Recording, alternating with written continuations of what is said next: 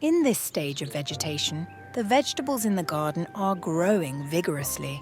The tomato fruits are ripening and the flowering continues, indicating that there will be many more fruits.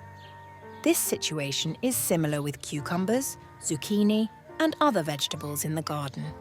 Plants draw nutrients from the soil, so feeding is now essential if we want a good yield.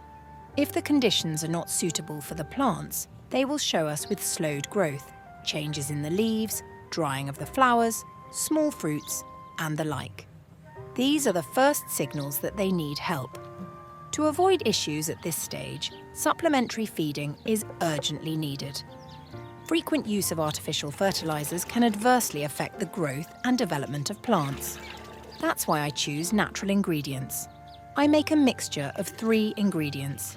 Here is how I prepare yeast supplement for plants in 5-gallon bucket. The first ingredient I add is handful of white sugar. You can also use brown sugar. Then I put 20 grams of dry yeast in 6 to 8 litres of warm water. After mixing everything well, I leave it to rest for 2 hours.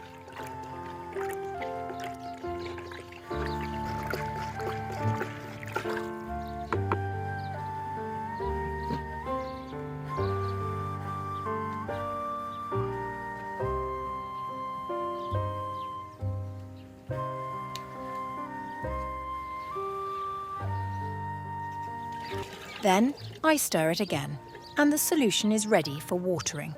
I immediately water the vegetables in the garden with this solution. It's important not to let the solution stand, but to use it immediately. Then I prepare new quantities of this fertilizer as needed. The question is, what is the role of yeast in the vegetable garden? Yeast is often used in gardening for its nutrients and beneficial microorganisms. What are the effects of yeast?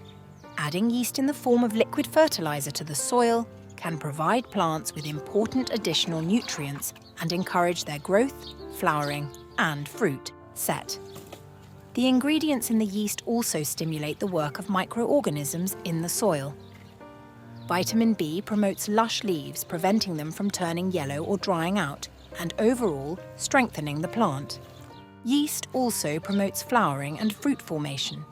Just as dough rises with yeast, so do fruits. By using this liquid fertilizer, we can expect larger and more abundant fruits. To achieve these results, plants in the garden are fed with yeast 2 to 3 times a season, especially during the hot summer months when feeding needs are highest. Dry and fresh yeast can be used to prepare liquid fertilizer.